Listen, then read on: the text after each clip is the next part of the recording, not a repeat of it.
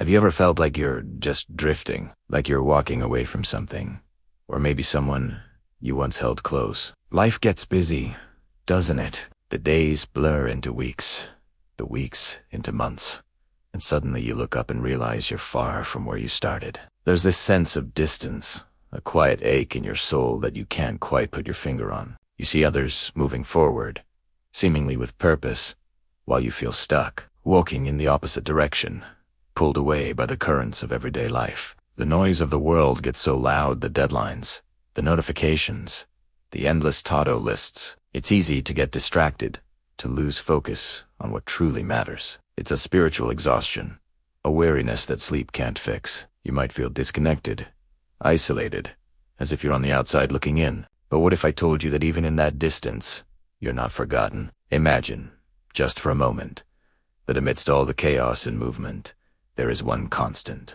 someone standing still, waiting, patiently, with open arms, not with disappointment or anger, but with a look of pure, unconditional love. That's Jesus.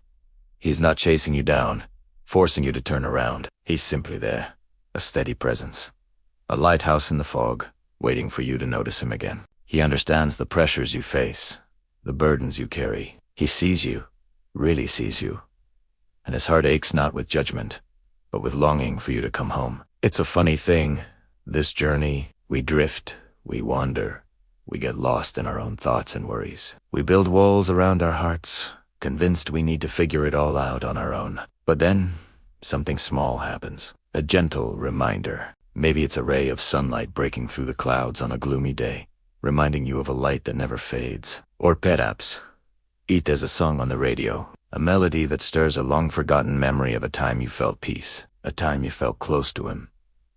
It could be a kind word from a stranger, a moment of unexpected grace that feels like a whisper from heaven. These aren't just coincidences.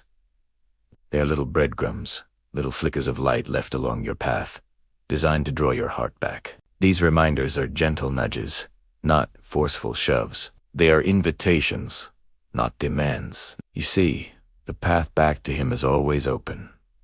It's a journey we all take, over and over again. We stray, and we are drawn back.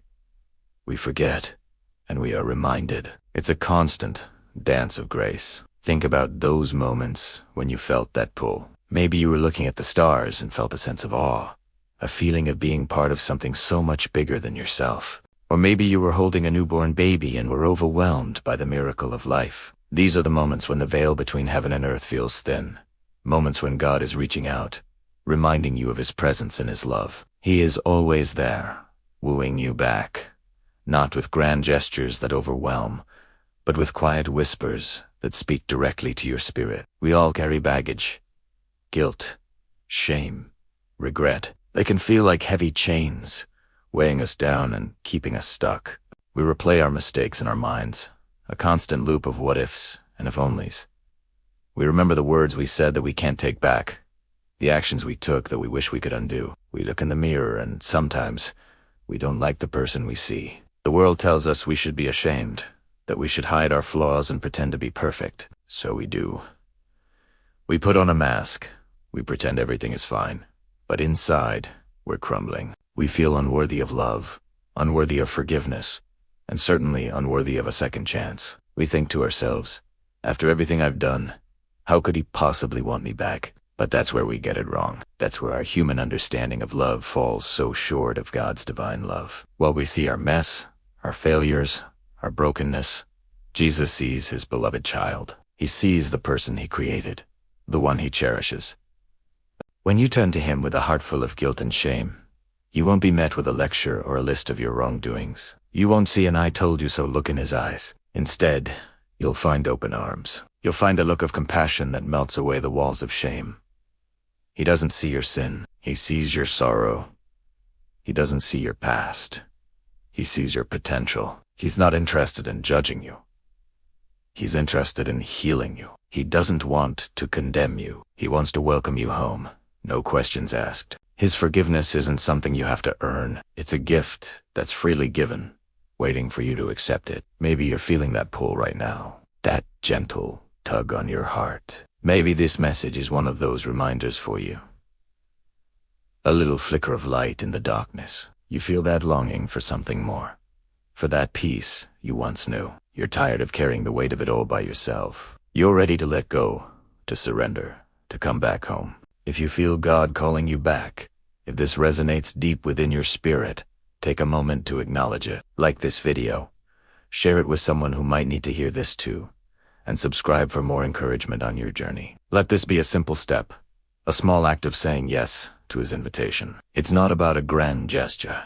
It's about the quiet turning of your heart. Imagine what that return feels like. It starts with one small step. You turn around, and as you do, you see him, still waiting. You start to walk, maybe hesitantly at first, but with each step, the chains of guilt and regret begin to loosen. The heavy weight on your shoulders starts to lift. The lies you've been telling yourself, that you're not good enough, that you're too far, can begin to fade in the light of his truth. And then you're there, in his presence, and you fall into his embrace. It's an embrace that says, "Welcome home. I've missed you." It's a hug that communicates more than words ever could. It's forgiveness. It's acceptance. It's unconditional love. In that moment, all the pain, all the shame, all the years of wandering, they all just melt away. This is where the healing begins. It's not a magical fix, but a process. A journey of restoration that you now walk with him. He doesn't just forgive you and send you on your way. He stays. He walks with you. He helps you unpack the baggage you've been carrying for so long. He gently tends to the wounds in your heart, pouring in his peace and his love. He helps you to see yourself the way he sees you. Whole, healed, and dearly loved. The memories that once brought you shame are now redeemed, seen through the lens of his grace. The regrets that once haunted you become testimonies of his faithfulness. He restores what was broken, mends what was torn, and breathes new life into the parts of you that you thought were dead. And now, you're no longer walking away. You're not walking alone. You look Ober, and he's right there, walking beside you. The distance is gone.